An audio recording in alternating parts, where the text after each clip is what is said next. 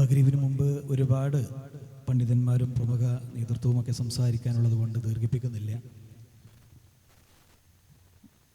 3.5 പതിറ്റാണ്ട് കാലം വിദ്യാർത്ഥി അവകാശ പോരാട്ടങ്ങൾക്കും ഇതുപോലെയുള്ള സാമൂഹിക പ്രതിബദ്ധത നിറഞ്ഞ പ്രവർത്തനങ്ങൾക്കും ചുക്കാൻ പിടിക്കുന്ന SKSSF 18 വർഷത്തിലേറെ കാലമായി റിപ്പബ്ലിക് ദിനത്തിൽ ഇതുപോലെയുള്ള സംഗമങ്ങൾ സംഘടിപ്പിക്കുകയാണ്. നമുക്കെല്ലാവർക്കും അറിയാം, ഈ രാജ്യത്ത് നമ്മളെല്ലാവരും സംരക്ഷിക്കേണ്ടത് ഈ രാജ്യത്തിൻ്റെ ഭരണഘടന തന്നെയാണ്.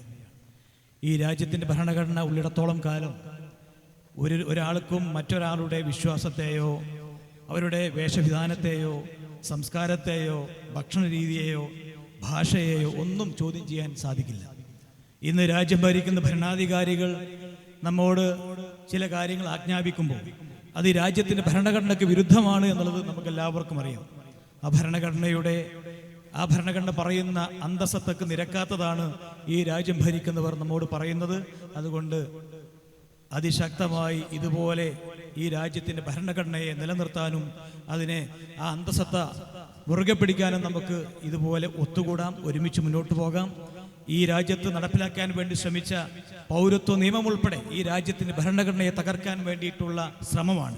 ആർട്ടിക്കിൾ 14 ഈക്വാലിറ്റി ബിഫോർ ലോ, അതിൻ്റെ ഏറ്റവും വലിയ തകർച്ചക്കാണ് ആ പൗരത്വ ഭേദഗതിയിലൂടെ ഈ രാജ്യത്തുള്ള ഗവൺമെൻറ് ശ്രമിച്ചത്. അതിനെ നമ്മൾ ഒന്നായി നിന്ന് പോരാടി തോൽപ്പിച്ചു. ആ പോരാട്ടം ഇനിയും നമുക്ക് മുന്നോട്ട് കൊണ്ടുപോകാം.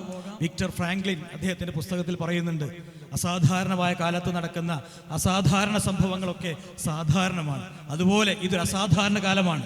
ഈ രാജ്യത്ത് ജനാധിപത്യം തകർക്കപ്പെടുന്നു, ഈ രാജ്യത്ത് മതേതരത്വം തകർക്കപ്പെടുന്നു. ഒരു അസാധാരണ കാലത്ത് നമുക്ക് ഇതുപോലെ ഞാനും പ്രിയപ്പെട്ട മൂസിൻ MLA ഒക്കെ 2 രാഷ്ട്രീയ വീക്ഷണമുള്ളവരാണ്. നമ്മളൊക്കെ ഒരുമിച്ച് നിന്ന് അസാധാരണമായ കാഴ്ചകൾ നിരന്തരമായി സാധാരണമാക്കി ഈ രാജ്യത്തെ നമുക്ക് നിലനിർത്താം, സംരക്ഷിക്കാം. അതിന് SKSSFന്റെ പോരാട്ടങ്ങൾക്ക് എല്ലാ കാലത്തും ഞങ്ങളുടെ പിന്തുണ ഉണ്ടാകുമെന്ന് അറിയിച്ചു നിർത്തട്ടെ. ജയ് ഹിന്ദ്, അസ്സലാമു അലൈക്കും.